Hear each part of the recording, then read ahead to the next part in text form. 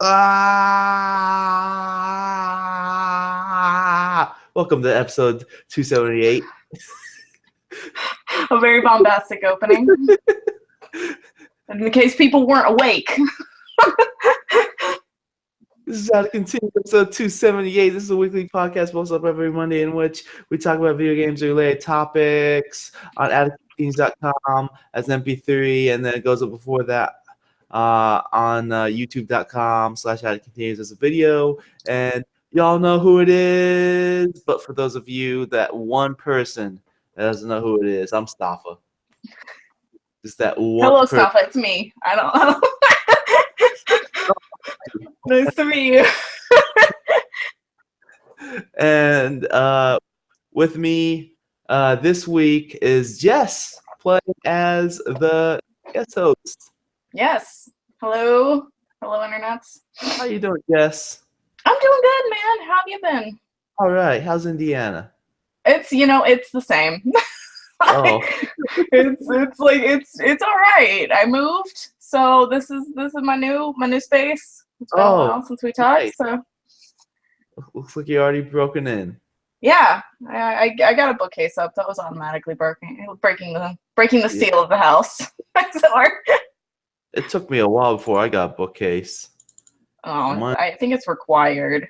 Mine's like not even like anywhere where you can see it unless I like want to change. Oh, there we go. Oh hell yeah! We'll just keep the camera like this the whole time. Honestly, that would be amazing. Like behind the scenes. Just give us a house tour. I'm interested in that pot back there. We'll just focus on that plant that's wilting away. Yeah. You need to take care of that plant. What are you doing? It's out of continues. I'm trying. Like I even got a new pot and everything. It was a nice one.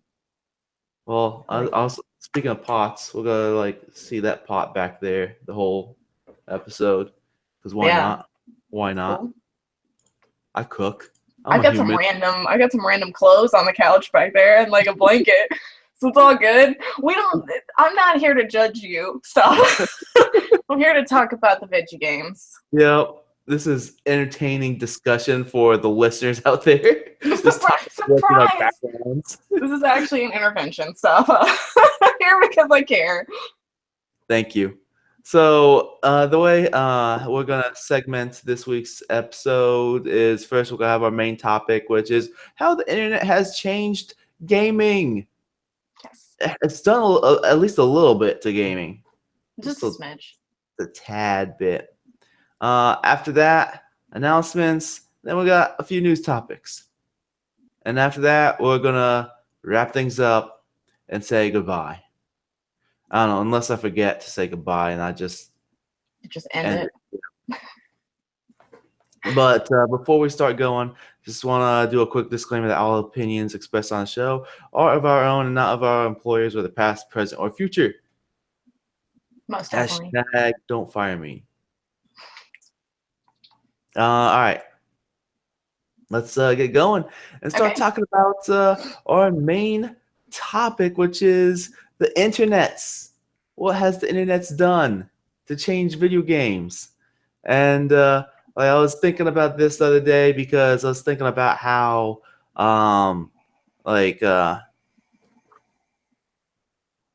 just all sorts of stuff that the internet has done to my life.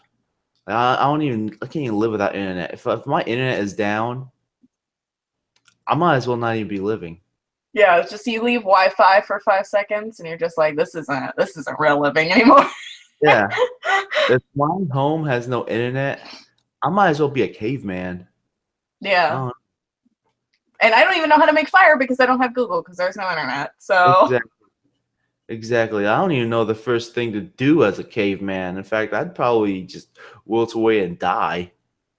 I think it's cave paintings. I think it's pick up painting as a hobby.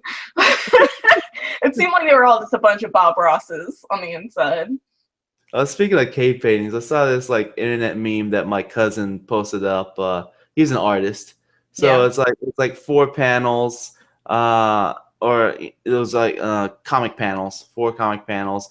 Each one has, or the first 3 has like a different artist, like modern day, and then like one is like Renaissance era, and another one is like, I don't know, sometime before that, and like each one they're like there is some artists yeah, I've seen this. yeah, they're like practicing, like, will I ever be as good as the previous masters or something like that. And then the very last one is like a caveman in a cave with like this very simple cave drawing. He's like, I the best. Yeah, it was amazing. I've seen that before. Memes are life. They're the best thing. That's what really the internet has given us, is the ability to meme. Yeah. It hasn't helped video games much, but it's there. So how do you want to do this? Do you want to just like run back and forth between ideas, or you want to just start off a list? We can like just start going off a list, or I mean, if we'll just go with I feel like the most obvious thing to start with is multiplayer, because that's like the most obvious thing that the internet has done to gaming, is that it's pretty much demolished what we used to think of as co-op, or any sort of like sitting in front of the TV multiplayer, which now people have coined as couch multiplayer. Yeah, like couch co-op is gone pretty much. Yeah, people call, like, that term didn't even exist back in the day. Like that used to be our multiplayer, but now it's like, oh, couch co-op or couch multiplayer, and it's like, it's just offline. That's it. Yeah. And it's one of those things, like, it's also given me the ability to yell my salt at strangers, which, I mean, that's the key with multiplayer. Like, you used to have to wait until people come into your house. You wouldn't just yell at the people in your house. Well, unless you were playing Mario games, probably. I feel like there was a lot of yelling with that. I yell at myself in my house because no one else comes in here. I yell at the game characters, but now you can just spew vitriol at, like, anyone you want. Just pick a random person, like, that guy's playing Hanzo, and just be like, simple geography. Simple witness. The wolf has marked its prayer. oh my god. Yep, Hanzo has changed our life for the better. Yeah, that's what the internet has brought us. It brought us Hanzo. It brought us Hanzo memes. Exactly. Well, I mean, like the multiplayer, having online multiplayer, it's made it more accessible for adults to play video games, because it's very impractical for people with families to be like, yo, come over here and play some Halo LAN party tonight. It's not gonna happen. But other than that, like, I feel like it's because the focus has gone towards online. It's pretty much other than Nintendo, it's destroyed any form of bringing friends together to your home to play video games. Yeah, like it's kind of one of the negatives of how the internet has changed gaming. Like, I wish it was a twofold thing where, like, you still had the couch co-op, but you also had online friends, but now it's just kind of like it's only online, which I think is a business thing, because you also have, like, the internet's given us DLC and, like, passes to play online games. Mm-hmm. So yeah. Speaking of which, let's start talking about DLC. Yeah. So back before the internet, you buy a game, that's it. It was a whole game. Yeah. I know, kids. If the game was broke on release, it was broke on release. I feel like we're old people. I feel like I had to walk up a hill to get a game, and then it was the complete game. I had to walk to the store with a potato in my hand to keep me warm, like Abraham Lincoln, and through the snow Abraham Lincoln kept a potato to keep him warm? Like, what biography did you read that from? Pretty sure that's like how like that's what they used to do. Like they'd go to school in the snow with like a hot potato in their hand. They eat it on their way. That's And how the then, game Hot Potato was invented. of course. Breaking news. But But yeah, no, it was like you had whole games. yeah. You remember like you had like the little demo discs that would come with like Xbox magazine and stuff. Like you would download demos, you would like buy magazines, and then there would be little demo discs. Don't even get me started on demo discs. I had so many when I was a kid. I still have a couple, like some Dreamcast ones that I've kept as like keepsakes. I remember like the PlayStation ones were called Jam Packs or something like that. Yeah. Yes. And I'd even like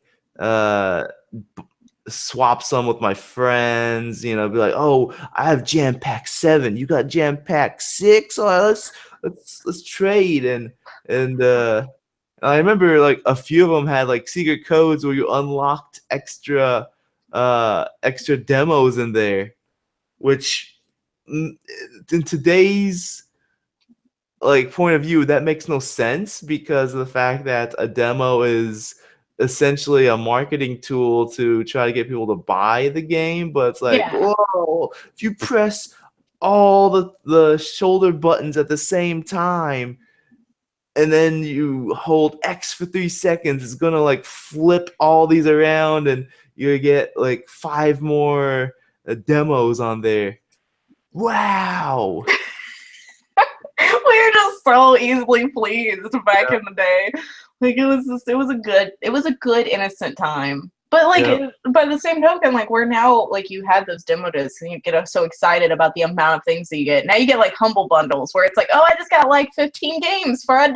Like it's made things more accessible and marketing vastly different. Where it used to just be word of mouth, so you'd want like kids to have demo discs and be like, look at Jam Pack 6. Oh, there's Jam Pack 7. I want that. Yeah. Also, speaking of which, you know, like it used to be just basically word of mouth back then, as far as like what game is going to be exciting, or reading magazines. Mm-hmm. You know, you got your Game Pros, Electronica Gaming Monthly, Nintendo Power. Those used to be like the big 3 right there. Yeah. You know, those even don't exist anymore. Not even Nintendo Power. That doesn't even exist anymore. Like it's gone. I think for the most part, like you've got the Game Informer magazine, and that's really probably the largest gaming magazine at the moment. Yeah, I think that many. Yeah, and that's only because it's owned by GameStop, I think. Yeah, and they just push it. Yeah. They push it real good. But exactly. Yeah, like and marketing's vastly different too because you've got that social media aspect of the internet, which can make and break games now. Where it's like if you get good virtual word of mouth on your game, that's great. Or if you get bad virtual word of mouth, like No Man's Sky will kill you. Like that's it. Yeah, I mean, you know, on top of the whole social media thing, YouTube and Twitch are a huge part of how people get their information on games now. I mean, like at my workplace, which I still haven't mentioned where that is, and that's on purpose. We at one point we brought in YouTube influencers for the project that we were releasing. Like we brought them in a week before the project got announced to play the game, and then they recorded video footage to take home so that they can like edit that and then release that the following week. And they all had to sign NDAs and everything to say that okay, we're going to release this information on this date and this information on that day and that date, et cetera, et cetera. But the fact is that we brought in YouTube influencers rather than bringing in like IGN or GameSpot or anything. Like we brought YouTube people in. So like it's really interesting because Let's Plays and like streaming has now become the basis for like testing your game and seeing how it's gonna be. Plus, like if it's polished and you send it out to a bunch of streamers, people are gonna buy games from watching people play them. Like even smaller ones. Like I've got a really, really small community, but a studio sent me The Infectious Madness of Dr. Decker, and I played it, and a couple people bought it. They were just like, "Oh, this game's really cool. I wouldn't have known about that. I'm gonna buy that game." Like that's how they're using it as a basis for marketing. yeah, And it's fascinating how big those are becoming. yeah, and I feel like there's basically two different types of influencers. There's the type that basically focuses on a single game or a single type of game. Like, I'm a big Hearthstone fan, so there's a bunch of like Hearthstone specific streamers, Yeah. and they will sometimes play other card games that other companies will reach out to them and be like, hey, do you mind playing this game, and we'll pay you to play it. And then they make a video saying, oh, here's Gwent, this is sponsored content, or I'm getting paid for this video, disclaimer, but I'm gonna play Gwent for you. Yeah.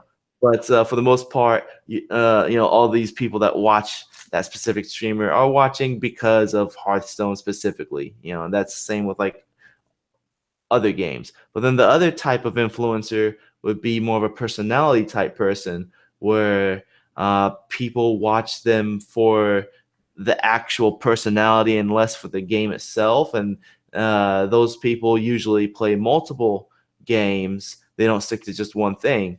Like PewDiePie would be the most famous example, or like Total Biscuit. Yeah, exactly. Dodger, Dance Gaming, like they're variety casters and Let's Players that just focus on like a wide range of stuff.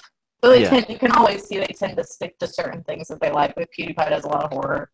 Dodger does a lot of indie games. Yep, and Staffa does nothing. Does podcasting, god damn it. I used to stream at one point. Then I got tired of it. I went into your streams a couple times, man. I got tired of doing it. I was like, this isn't for me. Yeah, it's not for everybody. This is too much work. I gotta look pretty on the camera, and then I have to know what I'm doing on camera. Yeah, like that's the real thing. It's like you gotta know how to play a game, and I'm like, that's not good for me. I'm sitting here. I'm like, how to quick scope? How to 316 scope? Yep. That also brings up a good thing though. Walkthroughs. You remember how like if you were really, really stuck in a game, you would have to go and buy a Prima strategy guide like to get past that shit. Or maybe that was just me because I'm a pleb. But it was one of the things you go and get like Tomb Raider 3 and like even I think Resident Evil Nemesis. Like I actually still had the Nemesis one that I bought. And it was one of those things where you would look at it, you get tips and tricks. Now you can just Google it. Like, you don't really need to buy strategy guides anymore unless you're wanting that as, like, a collector's thing. Yeah, exactly. When I was playing Dark Souls, I didn't get far in that game at all. I don't know, I got distracted at a certain point, and now that it's like I'm interested in going back, I'm like, oh, I gotta start the whole game all over because I have no idea what I was doing. And that's just daunting. Yeah. So that's why I haven't started it again, because it's like I don't want to start the game all over. But it's like I'd have the game on one screen and then like a guide on the other screen, because Dark Souls isn't really a game that you can like unless you want to spend your entire life figuring it out. It's not really a game that's accessible without having a guide next to you. Yeah, like it's one of those things, and the people that don't are amazing. Like I know that my friend Belir, he's been playing it since I've known him. Like he started it, and we've known each other for like almost, I think like a year and a half now. He's still playing it, and I'm like, that's dedication. Yeah, that I don't ever have, nor will I ever possess. Yeah. Um, Another thing I wanted to talk about is fan theories. And Yeah. like, I mean, fan theories is a thing that existed since forever. I mean, like people would talk about fake codes for Mortal Kombat in the schoolyard and things like that. But I feel like it's been amplified so much since the internet, and it's to the point where it has even um like it's even taken effect on developers, or like especially franchises of games, like for example Mass Effect. I remember like when Mass Effect the trilogy ended, uh, there was so much hatred towards Mass Effect 3, specifically for the ending. Like I hate Yeah. there was, for me, it was more than just the ending. Like I hate a lot of parts of Mass Effect 3, but the ending was definitely very bad. But then there was like a huge fan theory about what the ending actually meant. Yeah. With I maybe you remember this as well, with like the indoctrination fan theory. Yeah. I remember it. Like they had a lot. You could just go into places like Reddit and look, and there are so many different fan theories. Yeah, Like, and oh, well, maybe this ending wasn't so bad. Maybe it's just the. yeah, it's like, oh, maybe this was genius. This is amazing. And then I think it's called denial. Let's not call it fan theories. Let's just call it denial. yeah, and then like BioWare, they updated the ending and also confirmed that the indoctrination fan theory is not true. And then everyone's like womp womp. And it just made it even worse at that point. But Sadness for days. yeah, but the fact that uh like there is a lot of talk online about the fan theory, I think that um altered everyone's state of mind on how the game actually was. Like it changed people's opinion on the game, and then it got them even more excited for what the updated ending was going to be, because BioWare announced that they were going to update the ending to make it make more sense. And people are like, yeah, they're going to do this. They're definitely going to announce that the indoctrination fan theory is true. And then nope, it wasn't No, true. but And it's definitely one of those like there's a larger fan base because, like you said earlier, there's more accessibility to the games through the internet. So you've got a lot of fan theories and art and discussions and people like I remember when Life is Strange came out, there were a lot of like Easter eggs and things in the background. And like, oh, what does this mean? And what is this as the episodes were releasing? yeah, yeah, and I feel like um, the like these fan theories can really alter the audience's perspective on what they're expecting out of the game, or what they're expecting out of like the end of the series. Everyone's like Yeah. really hyped up for this trilogy to get completed, or they're waiting for Half-Life 3, and they got their fan theories on what G-Man is, and they're also excited. No matter what, people will get disappointed once it gets revealed, because like these fan theories are going to be so much better than what the writer of the game is going to reveal. Yeah. Uh, Like it can really actually make you disappointed in the ending of a game. mhm. Like the fact either you spoil it for yourself because you think so much about it. I know there are a lot of TV shows that are like that where people will get together and it's a great sense of community, but they'll be like, "Oh, I bet the series finale is going to be this," and then they watch the series finale and it's like, "Oh yeah, that's what I thought it was going to be." So, or it can make it like more exciting and engaging. It just kind of depends on the thing. Yeah, yeah, I mean, like, since you mentioned TV, like Samurai Jack just wrapped up recently after like a 10-year, over 10 years of the show being, canceled. They finally wrapped it up with, season 5, and then like everyone was like disappointed with the ending because it wasn't as good as what they thought it was going to be, and like there's so many people making videos now. This is how it should have ended. Exactly. Just like, don't worry, the internet will rewrite it for you. Yeah, exactly. This is my headcanon. Oh, headcanon, yeah. Headcanon? It's like, no, you just because you call it headcanon doesn't change the fact that it's your fanfic.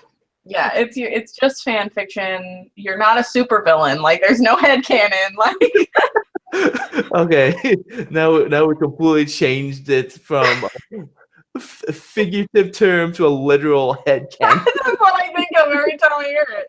But it is. It's one of those things. Don't worry, like, so much. Just accept it. Don't be in denial. There have been a few cases in which the developers of a game would take like some of the fan theories of the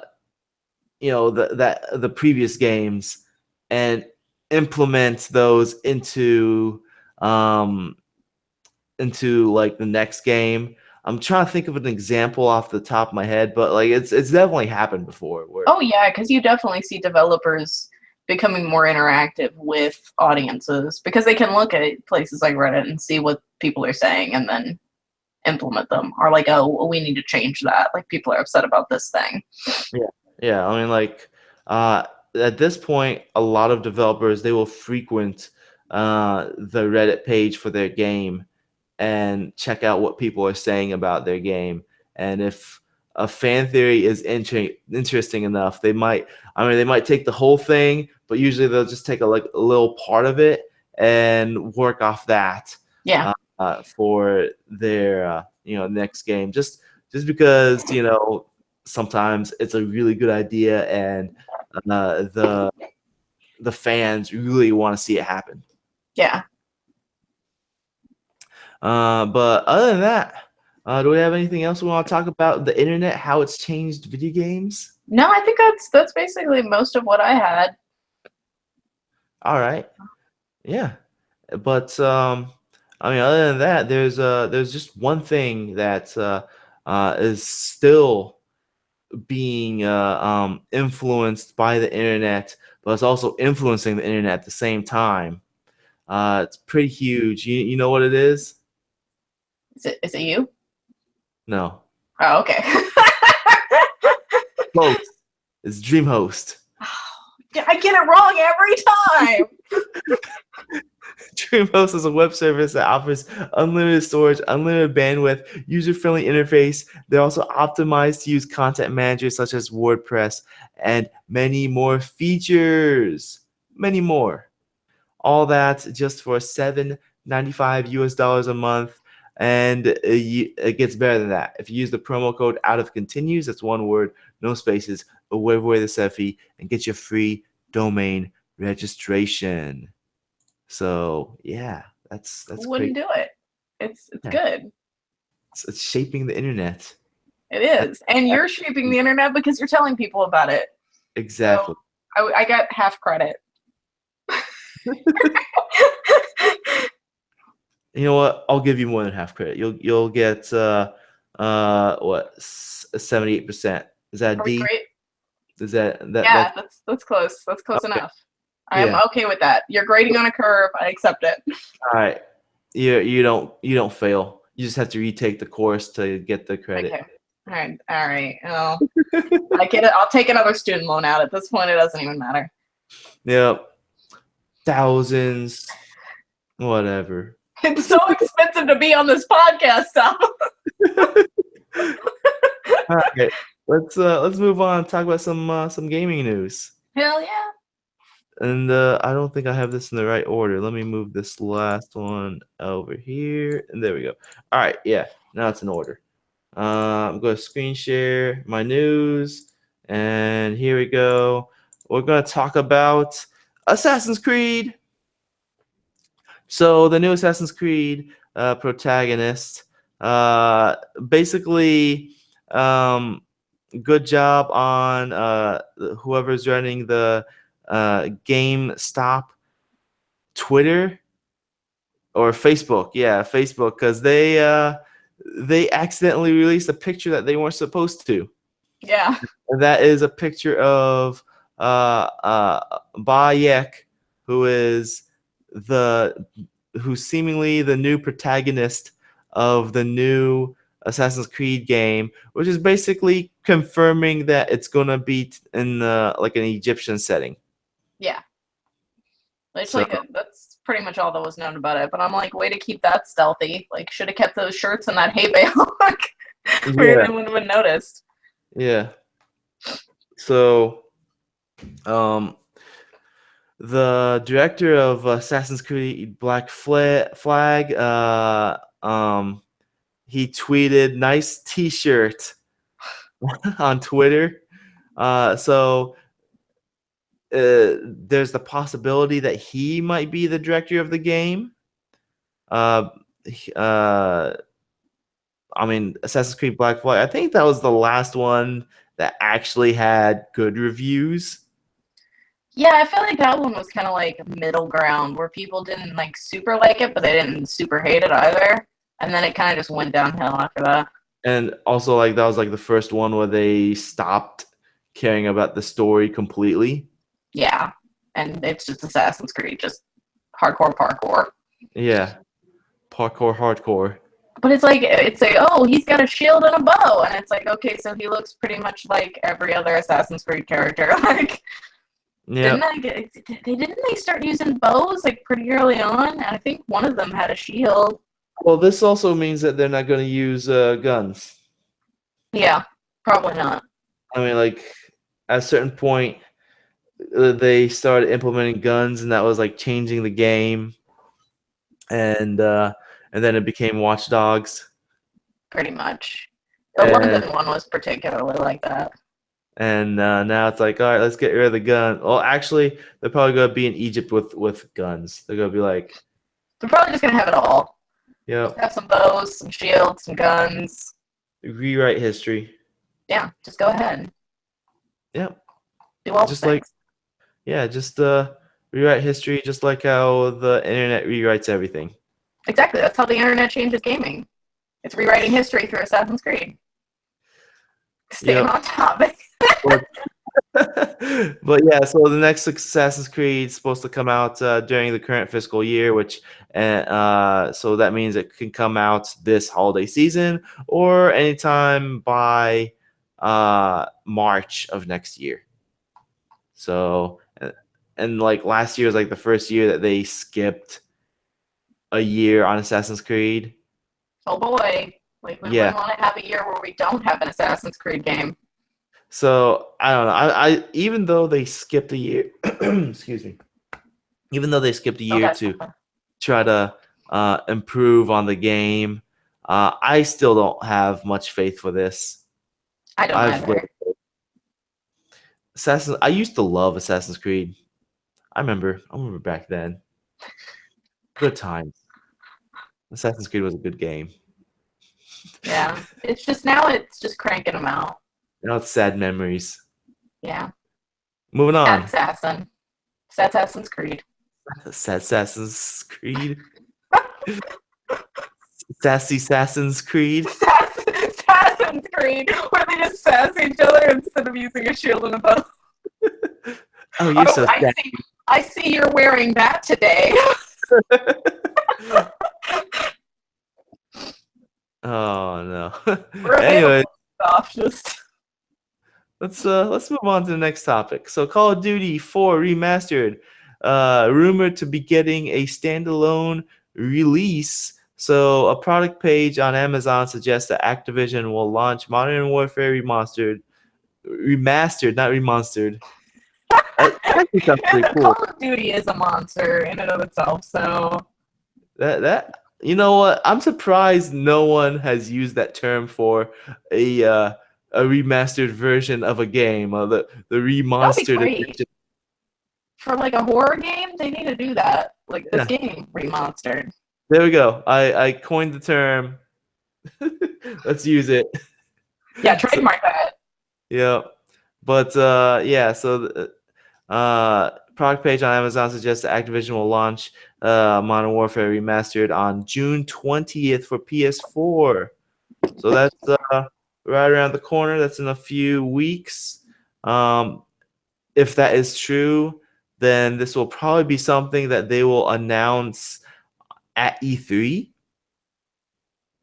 So, they'll be like, oh, you guys loved Call of Duty 4, and you don't want to buy Infinite Warfare. So here we go. You can have it next week Yeah. for $30 or something like that. That's how it probably will be. And this doesn't really come to a surprise if this is true, because Infinite Warfare did not sell as well as Activision wanted it to. Oh yeah. It was not graded as epically as they were hoping. Yeah, like it was the best-selling game of that year, but it still didn't sell as well as they wanted it to. Yeah. And I do recall many people on the internet being hyped for the Call of Duty 4 remaster, but they're like, "Oh, I refuse to buy Infinite Warfare for this game." Yeah, like I think that's pretty much the only reason they're releasing it. It just feels kind of like I don't really see the point, but I'm sure there will be a lot of people who will end up buying it if they didn't buy Infinite Warfare. Yeah, and they'll get to revisit the world of Modern Warfare with Captain Price's mustache. Yeah, that is alone worth the price. Like that 70s porn stash. All There's right. a modern warfare that is going on in that upper lip area.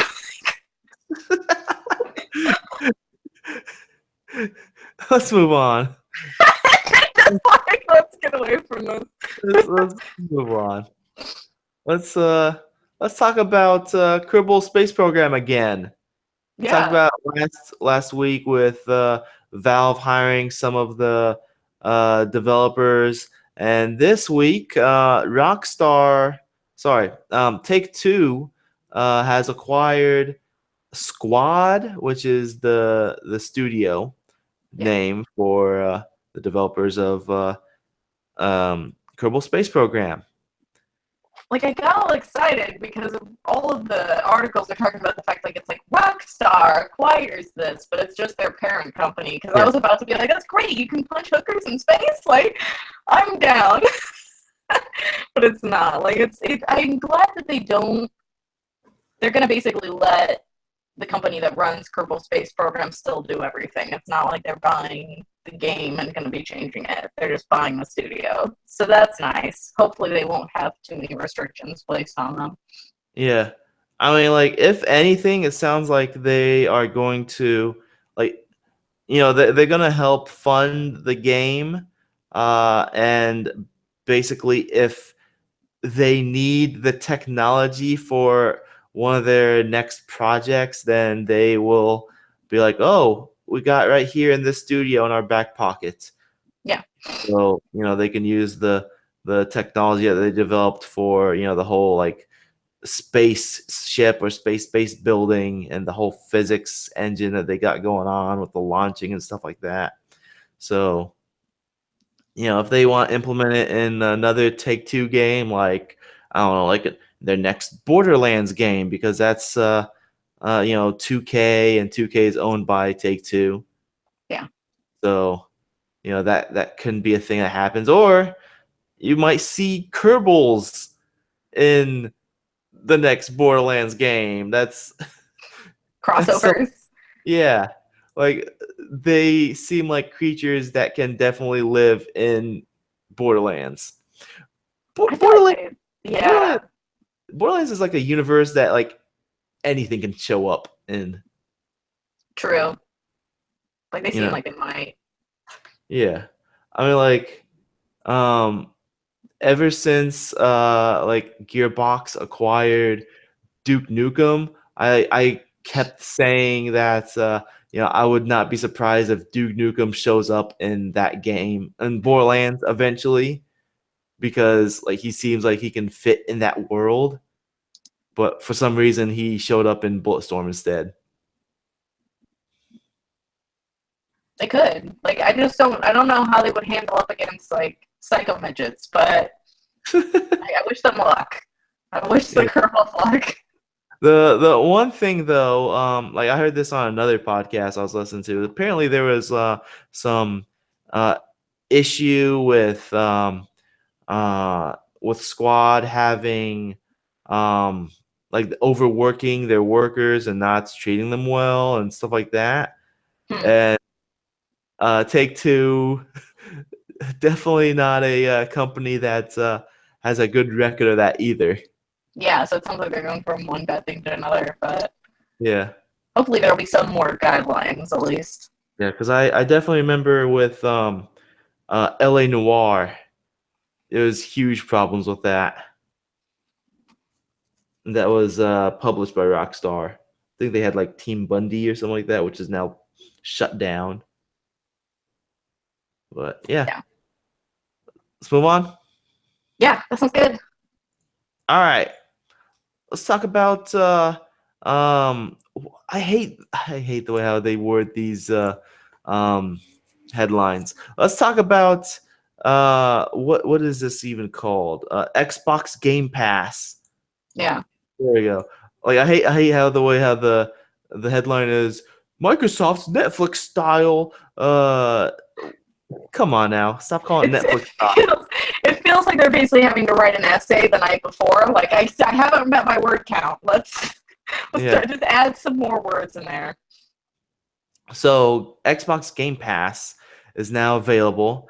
It has like over 100 Xbox One and 360 games available. And basically what this is it's a service that you subscribe to in which you have like over 100 games that you can download and play only when you have the subscription though. Like they keep on comparing to Netflix. It's not the same as Netflix. So Netflix is a streaming service, and this is it's not comparable to what's it like PlayStation Now or whatever it's called. Yeah. It's like PlayStation Now is basically a streaming service. So I don't understand why they're comparing this to Netflix when you have to download them. Like it even says in the article that you have to basically make sure you have a sizable hard drive if you're going to download a lot of games. So that makes this, I think that makes this better, because why you want to like stream games? If you can like download it, then it makes it more reliable. But just seeing from this like image right here, it looks like a lot of these Xbox 360 games look like they're Xbox Live Arcade games. Just from seeing like this image right here. Like they're gonna have some other bigger titles, but at the same time, it's like there's not much that Xbox is putting out right now that would be like, man, I need to get a Game Pass. Like there's so much I want to play. I mean, you could sign up for a 14-day trial to check out how this is, but I think this is probably from what it sounds like it's a good service for people who don't have money to like buy many games a year. Yeah. And if you're like, especially if you're behind on a lot of these games, like Halo 5, that it's an easy, cheap way to get it. Yeah. I mean, they do have some big titles on there. They have the Halos, they have the Gears of Wars. They have the Paydays. Yeah. I don't know. I don't feel like Payday would be a game that someone who subscribes to this service for more games would play, because Payday you need friends. Like it doesn't seem like the type of game where it's like, oh, I'm really behind on all these games. I'm gonna play this multiplayer focused cooperative game. it feels like it's just basically like a trial run. Like some of these games are literally, because they're so online based, you're just trying it out to see if you want to buy it. But I mean, the idea, it sounds interesting, and the library, I mean, the catalog so far, it sounds like it's a good catalog, considering that they got, a mix of big titles as well as some indie titles. Yeah, it seems like a strong mixture. Like it might be nice to try a trial of it and see if you're interested in it. Yeah. I mean, it definitely sounds better than PlayStation Now. That is true, because I like PlayStation, and there were a lot of good games on Now, but I just never wanted to do it since it's streaming. Yeah, I don't want to stream games. Yeah. But yeah, Xbox Game Pass is currently available. Sweet. So let's move on. Let's talk about the Shadow of War. The Shadow of War has shifted away from us.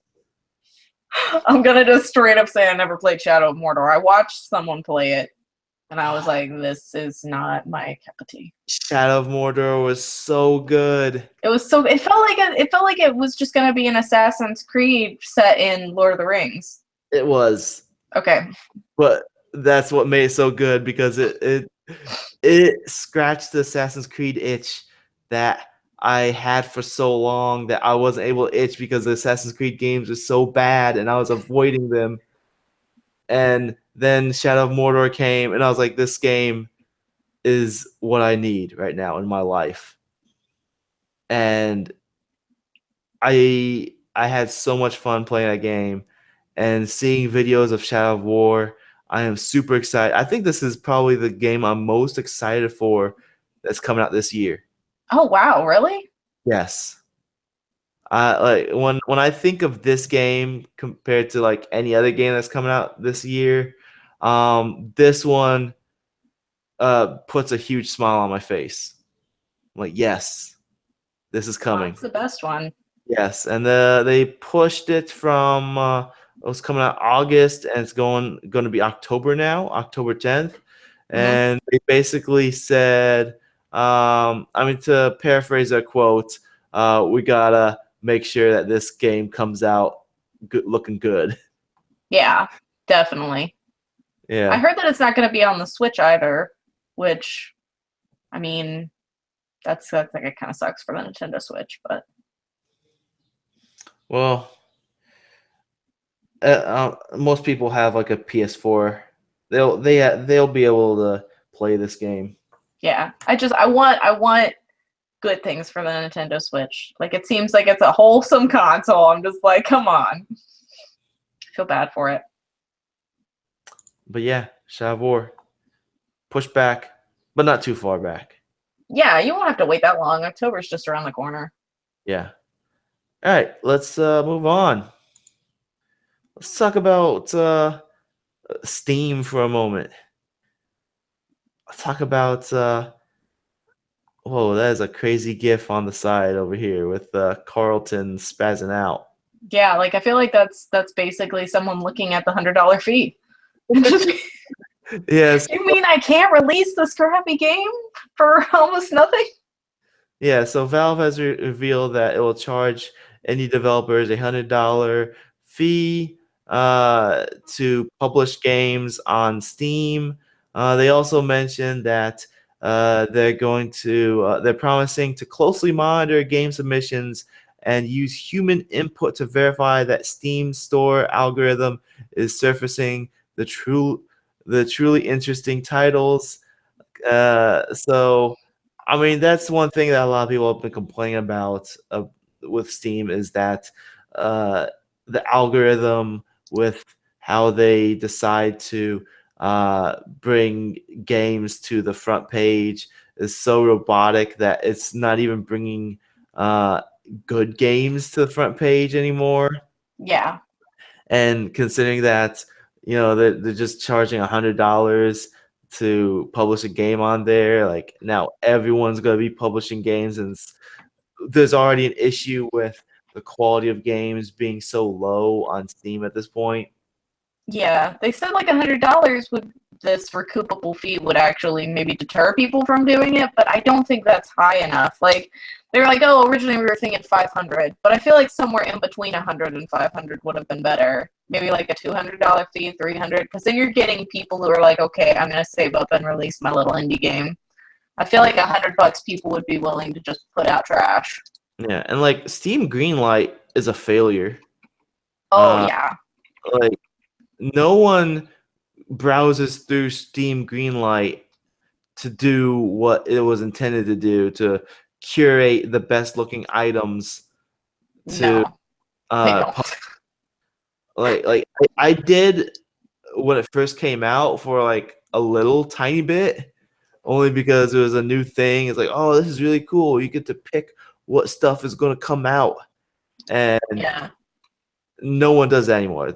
Like the only times people go to Steam Greenlight to is when a developer that they follow on social media is like, hey, we're putting out this, we're trying to get this game greenlit, help us greenlight it, and then they click on their link and then they they vote for it, and that's it. Yeah. Like, I feel like it's more like a popularity contest, and sometimes people are just going there and like, oh, this looks stupid, like, I'm gonna greenlight, instead of actually looking for quality content that deserves to be greenlit. If this article doesn't mention Greenlight at all, so I'm not sure if this is supposed to be a replacing Steam Greenlight, or it's going to be like, okay, rather than going through the Greenlight process, you just pay $100 instead. I mean, regardless, I feel like Steam has become so janky at this point. It really has. Like, there's too much getting through. It's definitely past its heyday. It's past its prime. Steam has been going downhill for a bit. It's one of those things that's like, oh, we want to make a valiant attempt to produce quality content for you, but we don't want to make it so strict that we're not going to make a lot of money. So that's kind of what this article seems to say. And it's just like, I don't know if I can really like stand by that. Yeah. Let's move on, which is on a related topic. Rooster Teeth. They are best known for their like video game related video content. Mainly, I mean, they really got popular from their Machinima series, Red vs. Blue.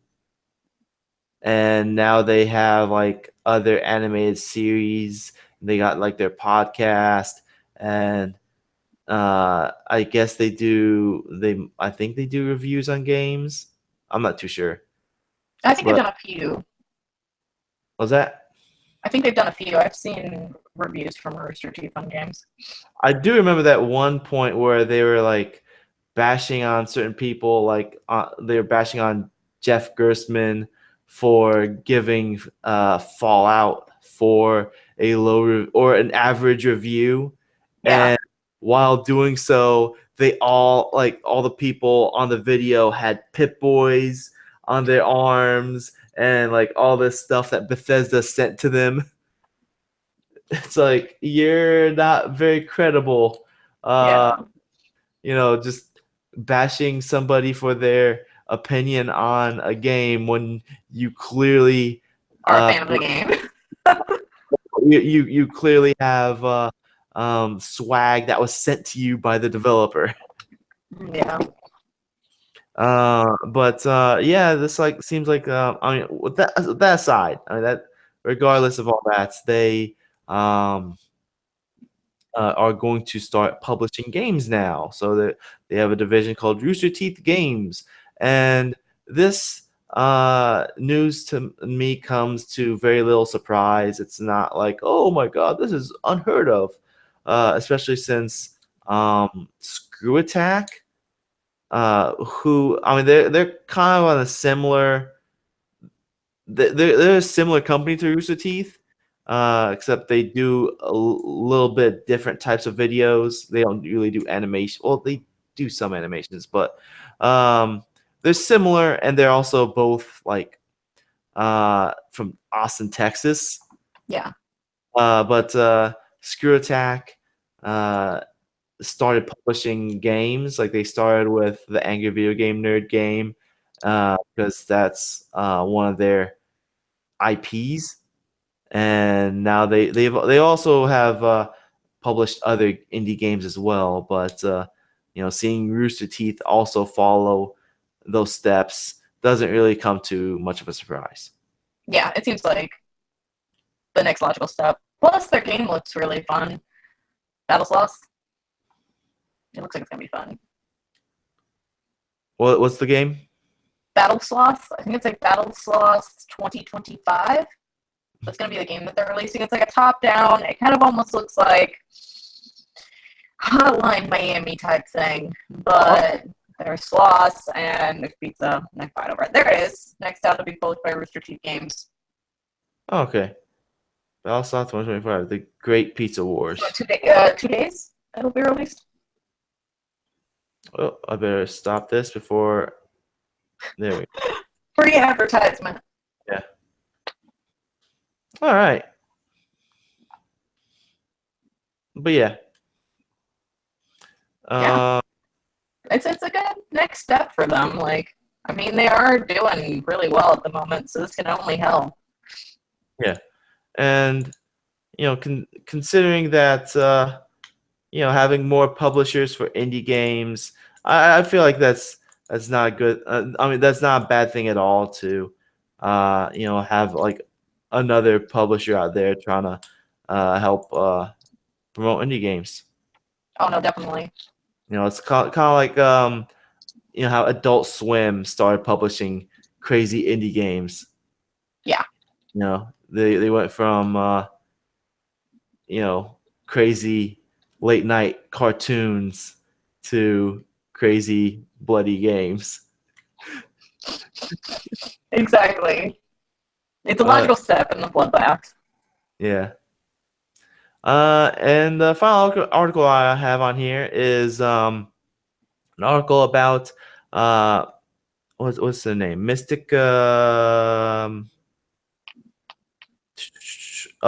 Mystics. Code Mystics, who have done the remaster on Phantom Dust.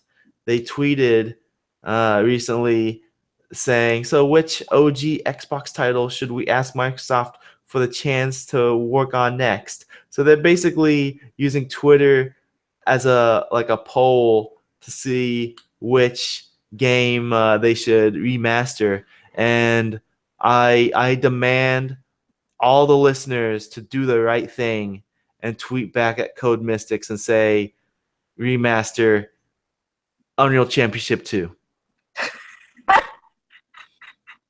It needs to happen. Does it though? Yes, it needs to. Unreal Championship 2 is one of the best games on the original Xbox that no one played. It's a very similar situation as Phantom Dust, in which there are dozens of us who are fans of the game because no one played it for some reason. But it was an awesome game. Just get a little small following. Like, there's nothing that I really want remastered, so I would I'll go ahead. I'll do it for you. Yes. I tweeted at them last night, but everyone else should also do it. Tell them Unreal Championship 2. Are you just going to tweet them once, or are you just going to continuously tweet them? Like, have it set up if I continuously tweet them, then I'm just spamming at them. So, they'll just make different accounts. Oh, that's a good point. I should switch over to Lover 455. I can switch over to my Out of Continues account and also tweet them on that. Yeah, they'll never know. Yeah, Cheap they system. won't. But yeah, just rig that election, man. Just straight rig it. There for you. Yeah, it's the democracy at its finest. Then you can release a book called, One Man's Journey to Getting Unreal Championship 2 remastered. One man's championship that was Unreal. Oh my god. And then I'll, it works out because then I'll stream it. I'll call it Unreal Championship. Well, no, seriously, that game is awesome. If it gets remastered, I'll play it. Yes, like I don't want Epic to work on like a new Gears of War or they're not doing that anyways. But like, Epic has been working on so many projects that haven't been coming out. Like what's that? Like Fortnite. Yeah. Like, they've just been doing so many things. It's like me. It's just like they start a project and then they're like, I'll get around to finishing that. And they don't. I'm just like, okay. And they also got Paragon and like some other games that they're working on. I just want them to make Unreal Championship 2. Just, 2? Wouldn't that be 3 or 4? Yeah. No. I don't want them to make a sequel to Unreal Championship. I don't want them to make a sequel to Unreal Tournament. I want them to make a sequel to Unreal Championship 2. So, Unreal Championship 2. That sounds like you're going to be playing Unreal Championship, but with 2 2s. Just Ballerina Unreal Championship. You know what? I won't hate. You won't hate. You're like, at least I got it. At least I got what I wanted. I won't hate. It would fit in the universe. I just wanted to be a dancer, Mom, in the game. All right, so let's wrap things up. Okay, so listener feedback, we don't have any this week. If you want to write into the podcast, you can write in podcast@africannews.com.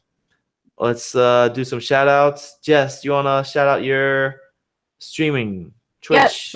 So I stream on twitch.tv as Just Playing. I play games badly, and we tell lots of puns and jokes, so you should come and hang out and follow, and then you'll know when I'm live, because it's random at the moment with my schedule. No one's hating. No one's hating. Everyone's appreciating.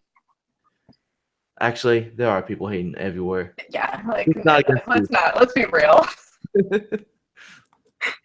Let's see. I don't have anything else I want to plug. If you enjoy what you've been hearing, then other than my cough, you can support us by liking us on Facebook, following us on Twitter, leave an iTunes review, subscribe to Google Play Music. You can contact by email at podcast@africannews.com. You can subscribe to the YouTube channel. That's youtube.com/AfriContinues. All those things I just said, you can find it on the website, which is africannews.com. You can give me a tweet. I am at Sayed Safa. That's at SAYEDSTAFA. And you can also tweet at Jess at the Just Playin. So THEJESSPLAYIN. And with that said, I'd like to thank my guest host for joining me today, Jess. Thanks for having me, man. I appreciate it. And with that said, I'm your host, Stafa. And if you're watching this on YouTube, click on the icon that's on my face, that's floating over my face, to subscribe. And then you can click on this side for last week's video, and then this side over here for the video before that. Bye. Bye.